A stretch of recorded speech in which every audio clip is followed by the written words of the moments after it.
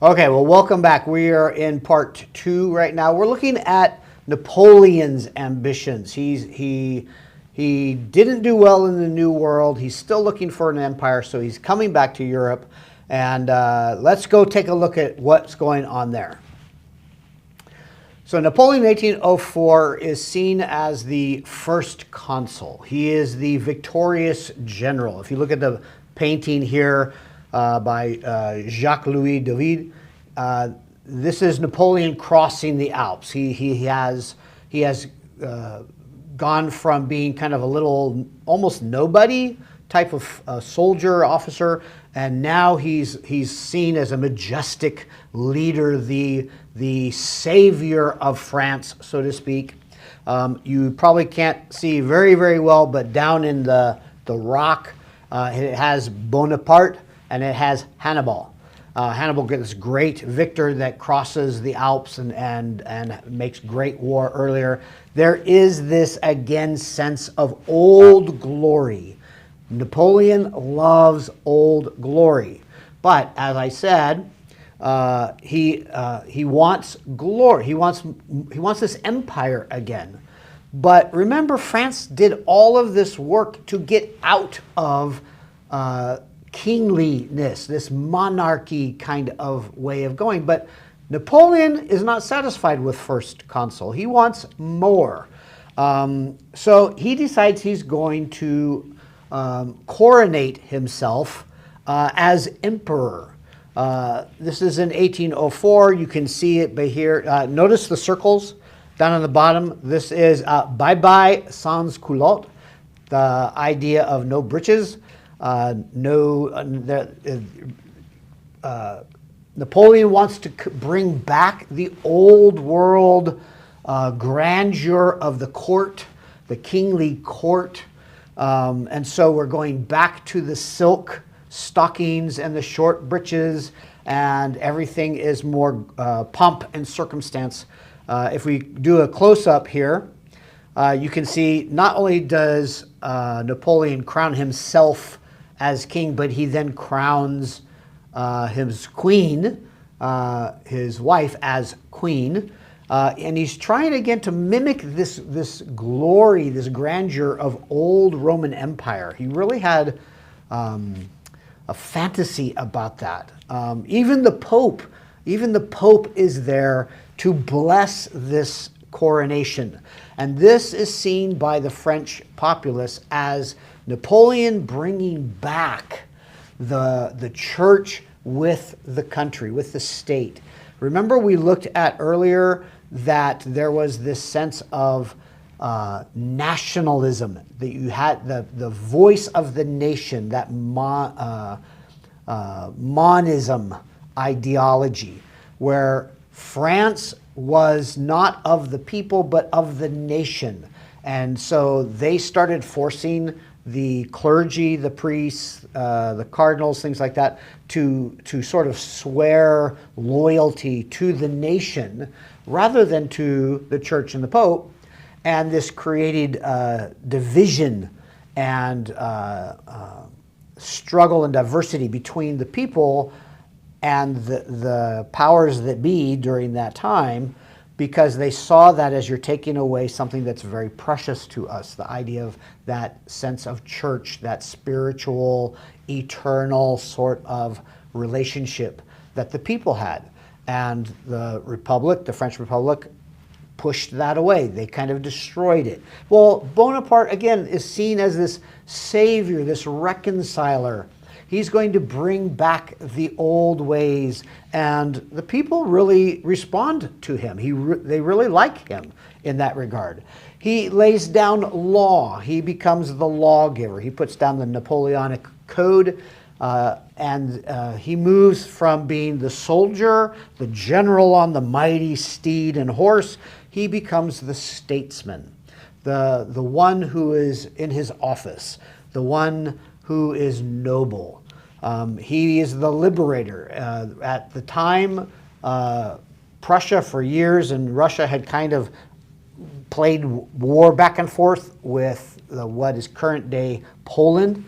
And so Prussia owned part of it, and then Russia owned part of it, and they would go back and forth. And so the people in Poland needed help. And so,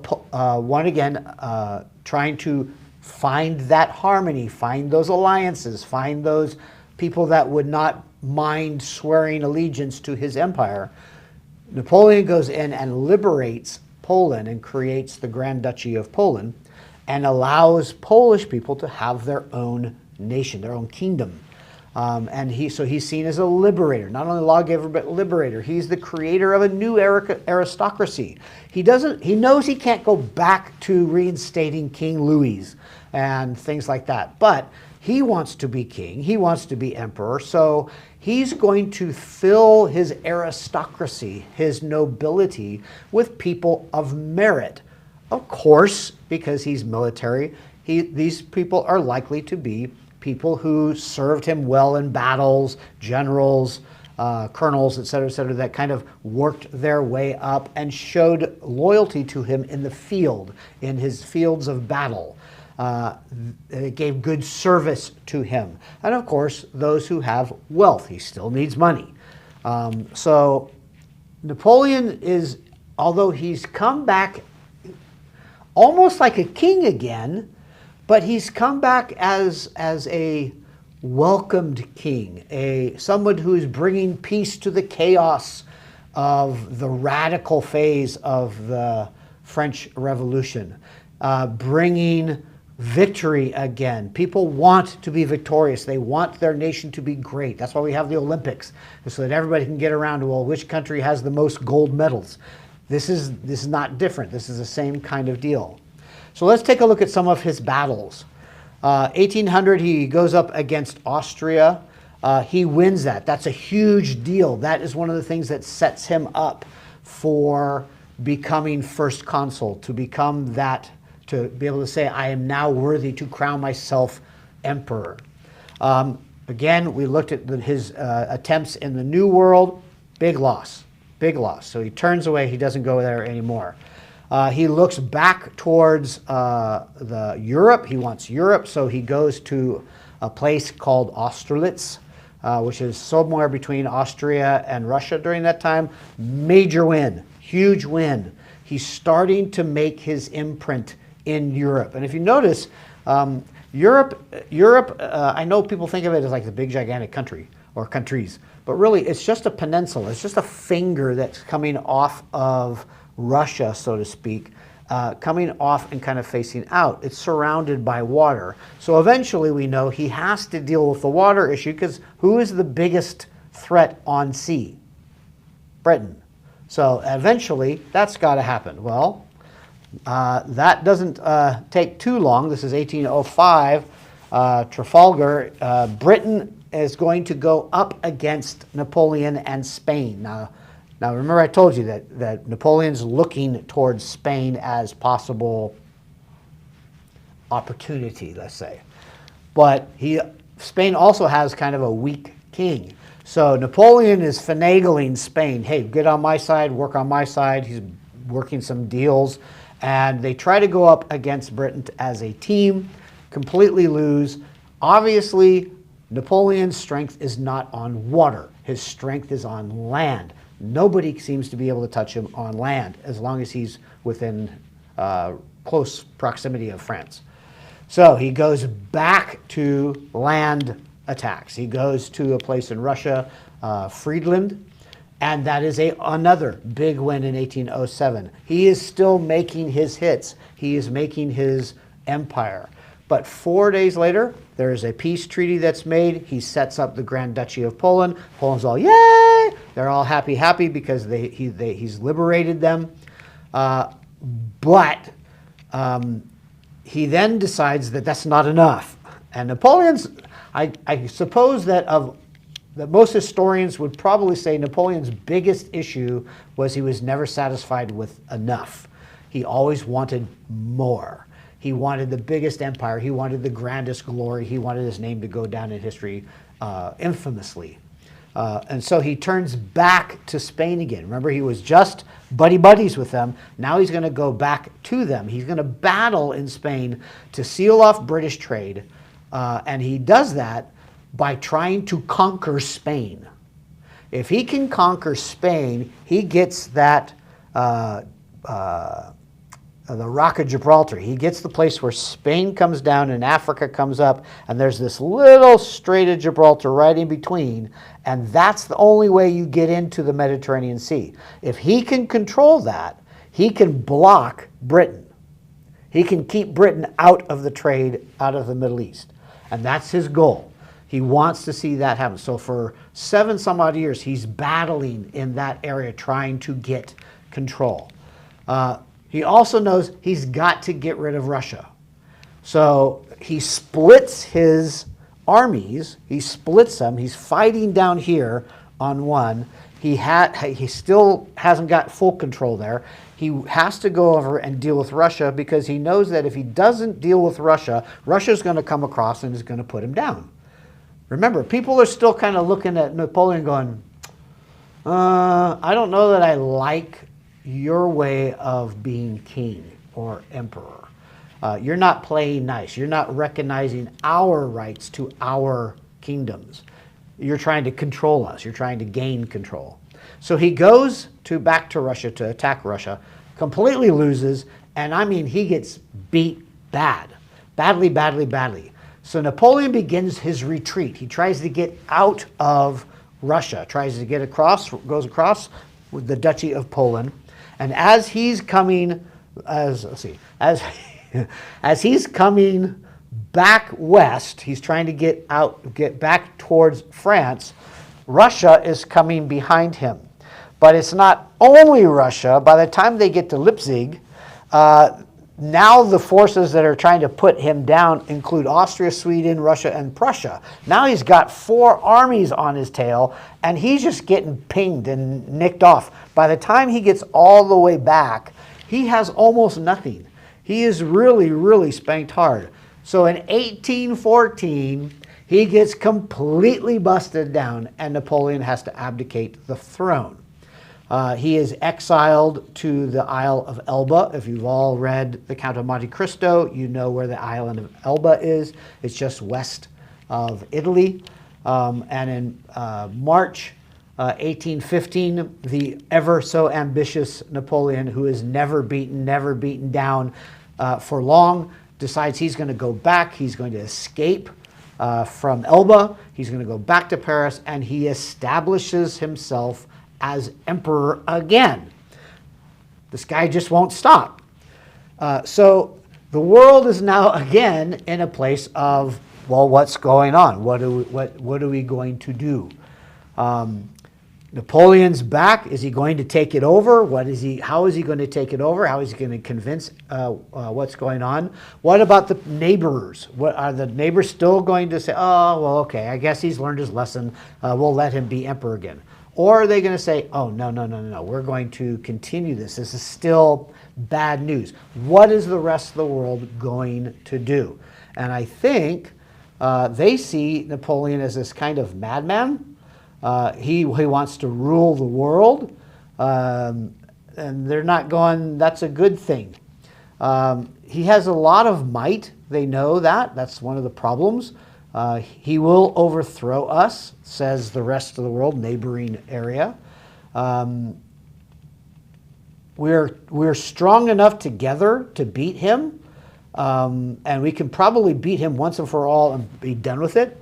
The problem is it's going to take Russia a long time to get its armies all the way across Europe into a place where they can collectively combine their forces to attack Napoleon. So that becomes a problem from their perspective. So what are they going to do? They're going to make an alliance with one another, and they're going to try to attack France in July. And that will give Russia time to get across, is what they're wanting. They're wanting to hold off until July to allow Russia to get over and be able to fight Napoleon. So, what about Napoleon's side? What is he thinking? Well, he knows that Russia's going to take forever to get over here.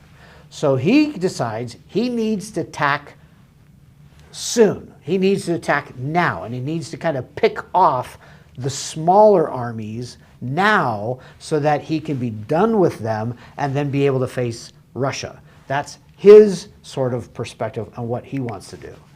And so we go into June of 1815. Napoleon puts together this huge army, and he's going to go north, and he's going to fight this huge battle at Waterloo. He's going to fight a combined force of Britain, Germany, Dutch, Prussian, and Belgium. They all kind of get together, and his hope is to defeat these smaller ones before Austria and Russia get over to help. So that's his goal. He's on a timeline. He has until July. He has 1 month to beat them down. But he loses. He loses Waterloo big time. And historians are still to this day debating over why he lost. But in June 1815, Napoleon abdicates the throne again. He is arrested and held on board a British warship. 3 months later, he's exiled to the island of St. Helena, which is that red dot right there on the west, way out in the middle of nowhere of the Atlantic, west of Africa. And then in May of 1821, he dies. And Napoleon's now done. But that still leaves a lot of fallout. So what was the fallout? Napoleon's dead. What was the fallout of this? Well, that left the territories, that left Europe in a lot of chaos. French territory is pushed back into its proper place again. There's no expansion. There's no big empire anymore. The Grand Duchy of Poland is once again dissolved, and Russia takes part of it, and then Prussia takes another part of it. Prussia is that green. Austria-Hungary and Prussia become these big powers in Europe again. And